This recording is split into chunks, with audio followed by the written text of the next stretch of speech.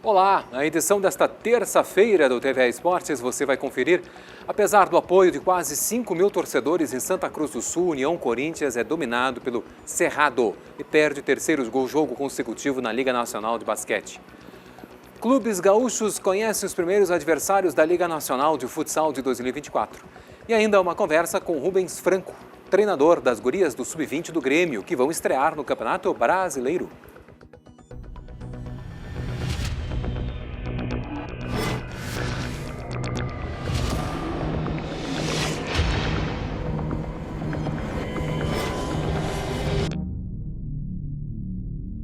Muito bem, bom dia. No ar aí mais um TVA Esportes.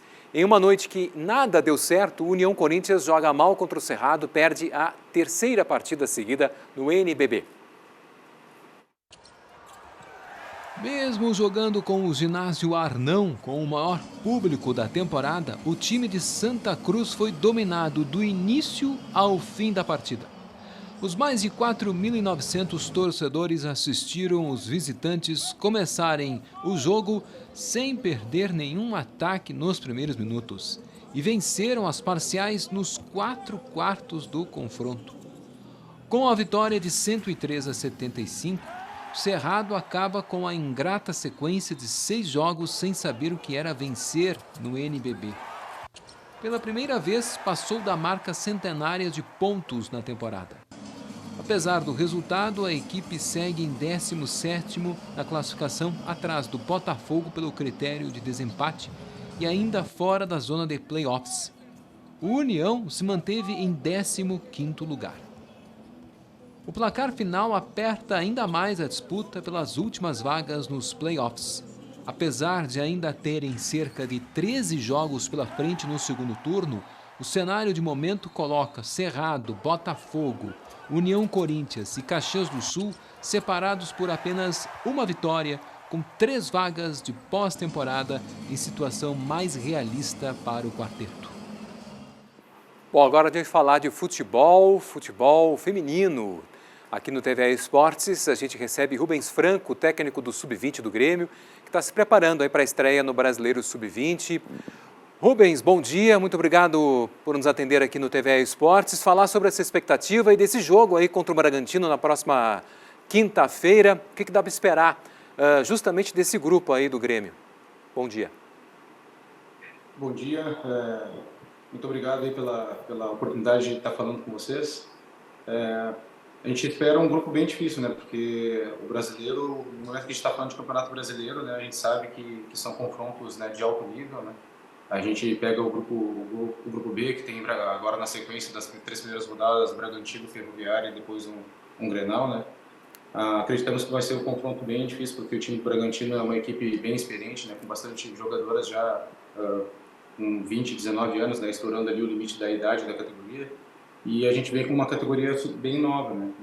Uma categoria vitoriosa, né? Que a gente conseguiu consagrar o título brasileiro da Sub-17, né? Em 2023. Então a gente está com uma expectativa bem boa em relação ao primeiro jogo, em relação à primeira rodada, e a preparação está sendo de alto nível. Assim, as atletas conseguiram retornar das férias assim, num nível bom, e a gente está conseguindo ter uma boa evolução, né, nessas semanas que a gente, desde da apresentação delas ali, das avaliações físicas, a gente está conseguindo ter uma evolução muito boa aí na sequência de treinos.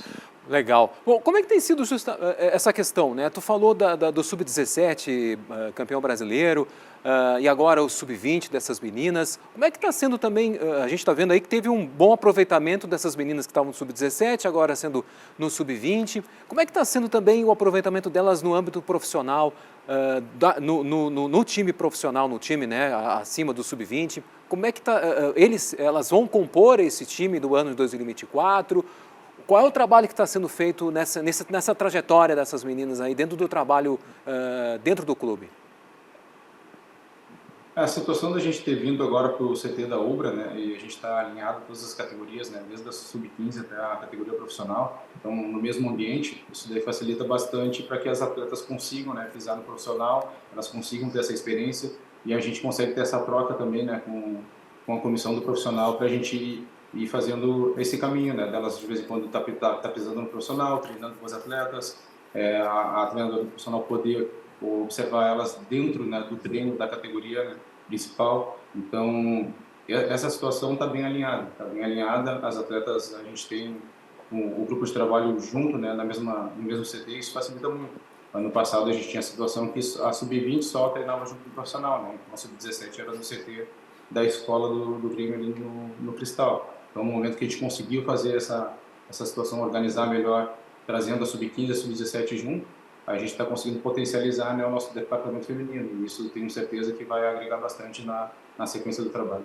Pô, legal, maravilha.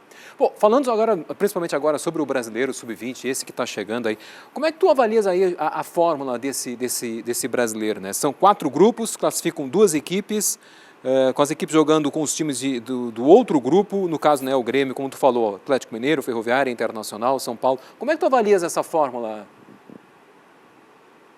Essa fórmula é uma fórmula que já vinha desde o ano passado, né? Então a CBF manteve, né, a fórmula de disputa, mas a gente teve algumas reuniões também com o pessoal da CBF e a ideia é tentar potencializar o campeonato, né? Eu acho que se separasse de repente em 2 grupos, né, com mais jogos, mais partidas, que as atletas consigam ter mais minutagem de jogo, isso vai favorecer também o avanço da modalidade, né? Para a gente poder também todos os grandes clubes, né, que estão buscando essa evolução no futebol feminino consigam também abastecer a seleção brasileira, consigam fazer com que o futebol brasileiro feminino ele seja cada vez maior e a gente consiga, né, fazer com que o país, né, cresça dentro da modalidade. Mas acho que para o momento, né, eles mantendo a fórmula de disputa, eu acho que está uma fórmula ok, mas a gente consegue também ter uma evolução se a gente pensar mais para frente, né, numa forma que a gente consiga ter mais partidas, as atletas consigam ter mais montagem de jogo, mas o bom é que a gente está conseguindo ter essas conversas para no futuro a gente evoluir, né, esses campeonatos nacionais. Legal. E qual é a estratégia para uma fórmula como essa? Ficar, claro, entre os 2 primeiros do grupo, qual é a estratégia num campeonato como esse? Eu acho que a gente não pode se basear muito em estratégia, né? Eu acho que no momento que a gente está vestindo a camiseta do Grêmio, a gente tem que jogar toda a partida como se fosse uma final de campeonato. Então a gente tem que buscar os 3 pontos em todas as partidas que a gente joga. Claro que a gente sabe que no momento que a gente vai jogar partidas fora de casa, a equipe adversária ela já tem um conhecimento melhor do campo, de jogo, já consegue treinar lá naquele mesmo ambiente, vai ter a torcida a seu favor. E se falando de categoria de base, isso dá uma vantagem, uma pequena vantagem para a equipe de casa. Mas a gente tem que ir para todas as partidas buscando os 3 pontos. Eu acho que a fórmula ideal é essa, levar cada partida, né, como se fosse uma final de campeonato e a gente conseguir competir bem e fazendo os pontos desde o início para chegar lá no final da fase de grupos com uma situação mais favorável para tentar a classificação. Legal. Bom, claro, tem o jogo contra o Bragantino nessa estreia, mas o principal adversário segue sendo o Corinthians, sendo o Grenal. Qual é o principal adversário desse grupo? Claro, todos são difíceis, mas qual que vocês imaginam assim que seja muito mais pedreira de um que um outro em comparação assim? Eu acredito, o grupo é bem difícil, né? É um grupo muito forte do grupo B, né? Que a gente vai jogar contra. Mas se a gente for ver ali pela história ali, né, do futebol feminino, né? As equipes que estão há mais tempo na ponta ali do cenário, São Paulo, Ferroviária e o próprio Grenal, por ser um clássico, eu acho que vão ser 6 disputas, né? Porque é ida e volta, né? Vão ser 6 disputas muito boas, né? Mas o Bragantino está crescendo também bastante no futebol feminino, conseguiu o acesso da categoria profissional, né? Então, acho que vai ser um grupo bem bom, porque no momento que a gente consegue a classificação jogando contra um grupo difícil desse, a gente chega muito forte na questão dos matas, né? A gente fazendo um bom trabalho, conseguindo se classificar, eu tenho certeza que a gente vai chegar bem forte para almejar grandes objetivos aí no final da competição. Exato, é um trabalho dá um ânimo, né, já para a próxima fase, então chegando já com um grupo forte assim, né. Rubens Franco, técnico do Sub-20 do Grêmio, muito obrigado aqui por nos atender, falar um pouquinho dessa estreia do Grêmio aí no Sub-20 brasileiro feminino, tá bom? Um grande abraço, valeu e boa sorte. Tá certo, eu que agradeço. Grande abraço, boa semana. Igualmente. Bom, sob um sol de mais de 33 graus, a orla de Capão da Canoa sediou no último final de semana o Super Beach Games. Mais de 750 atletas se reuniram para participar de mais uma edição do Campeonato de CrossFit no Litoral Norte. Com um dia perfeito de verão, areia lotada, trios femininos, masculinos e mistos se esforçavam para concluir diferentes provas de até 8 minutos. A iniciativa contou com a presença de adolescentes até pessoas com idade acima de 50 anos. O campeonato teve 3 provas, bem dinâmicas e testam diferentes capacidades.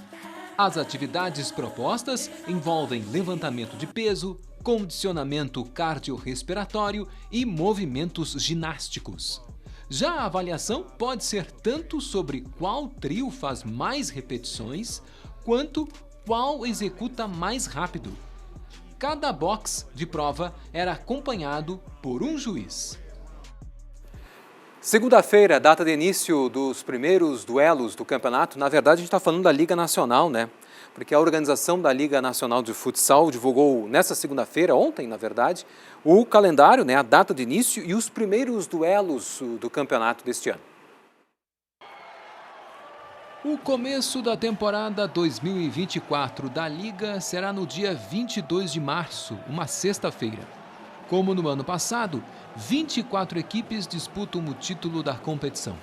A primeira rodada do campeonato deste ano terá os mesmos confrontos da primeira rodada da fase de grupos de 2023, sendo invertidos os mandos de quadra. Ou seja, quem começou jogando fora no ano passado inicia em casa esta temporada.